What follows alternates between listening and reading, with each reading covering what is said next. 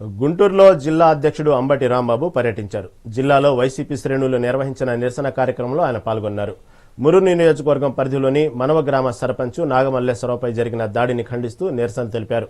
సర్పంచ్ దాడికి యత్నించిన వారిపై కఠిన చర్యలు తీసుకోవాలని, వెంటనే అరెస్టు చేయాలని డిమాండ్ చేశారు.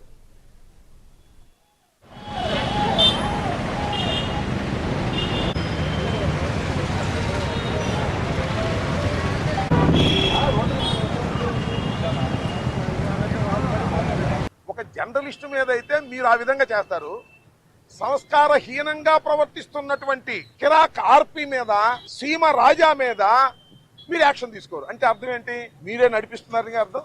వాళ్ళని మీరే నడిపిస్తున్నారుగా. మీరంటే పోలీసులు కాదు, తెలుగుదేశం పార్టీనే నడిపిస్తుందిగా అర్థం. వారి మీద యాక్షన్ తీసుకోవద్దని తెలుగుదేశం పార్టీ నాయకులు, హోంమంత్రి గారు, ముఖ్యమంత్రి గారు, లోకేష్ గారు చెబుతున్నారు కాబట్టేగా మీరు వాళ్ళ మీద యాక్షన్ తీసుకోరు. మీరు పట్టుకుని వాళ్ళని తీసుకొచ్చి జైల్లో పెట్టడం సంగతి దేవుడు ఎరుగు. అది ఇచ్చిన కంప్లైంట్ కూడా మీరు రిజిస్టర్ చేయకపోతే ఏం చేయాలి? మేము ఎక్కడికి వెళ్ళాలి? అయ్యా కేసులు పెట్టండి రా బాబు.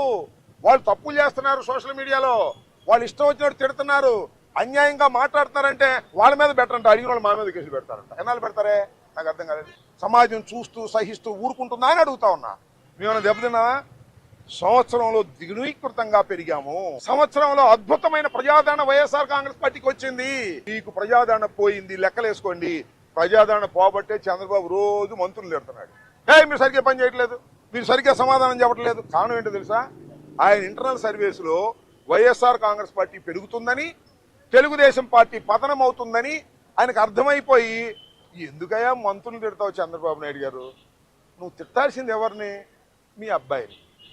మీ అబ్బాయి చేస్తున్నటువంటి అప్రజాస్వామికమైన విధానాల వల్ల మీ అబ్బాయిని నువ్వు ఒక జర్నలిస్టు మీద అయితే మీరు ఆ విధంగా చేస్తారు.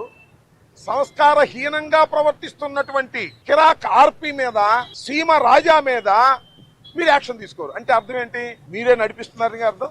వాళ్ళని మీరే నడిపిస్తున్నారుగా. మీరంటే పోలీసులు కాదు, తెలుగుదేశం పార్టీనే నడిపిస్తుందిగా అర్థం. వారి మీద యాక్షన్ తీసుకోవద్దని తెలుగుదేశం పార్టీ నాయకులు, హోంమంత్రి గారు, ముఖ్యమంత్రి గారు, లోకేష్ గారు చెబుతున్నారు కాబట్టేగా మీరు వాళ్ళ మీద యాక్షన్ తీసుకోరు. మీరు పట్టుకుని వాళ్ళని తీసుకొచ్చి జైల్లో పెట్టడం సంగతి దేవుడు ఎరుగు. అది ఇచ్చిన కంప్లైంట్ కూడా మీరు రిజిస్టర్ చేయకపోతే ఏం చేయాలి? మేము ఎక్కడికి వెళ్ళాలి? అయ్యా కేసులు పెట్టండి రా బాబు. వాళ్ళు తప్పులు చేస్తున్నారు, సోషల్ మీడియాలో వాళ్ళు ఇష్టం వచ్చినట్టు తిడుతున్నారు, అన్యాయంగా మాట్లాడుతున్నారంటే వాళ్ళ మీద పెట్టండి. అడిగిన వాళ్ళు మా మీద కేసులు పెడతారంట. ఎన్నాళ్ళు పెడతారే నాకు అర్థం కాలేదు. సమాజం చూస్తూ సహిస్తూ ఊరుకుంటుందా అని అడుగుతా ఉన్నా. మేమన్నా దెబ్బతిన్నా?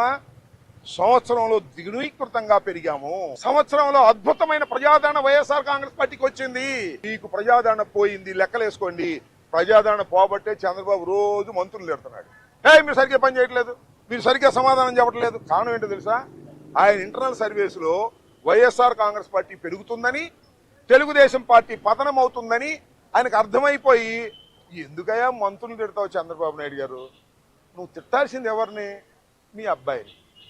మీ అబ్బాయి చేస్తున్నటువంటి అప్రజాస్వామికమైన విధానాల వల్ల మీ అబ్బాయిని నువ్వు ఇచ్చలవిడిగా వదిలేయటం వల్ల ప్రజల్లో వ్యతిరేకత వస్తుంది. ఆయన చేస్తున్నటువంటి కార్యక్రమాల వల్ల.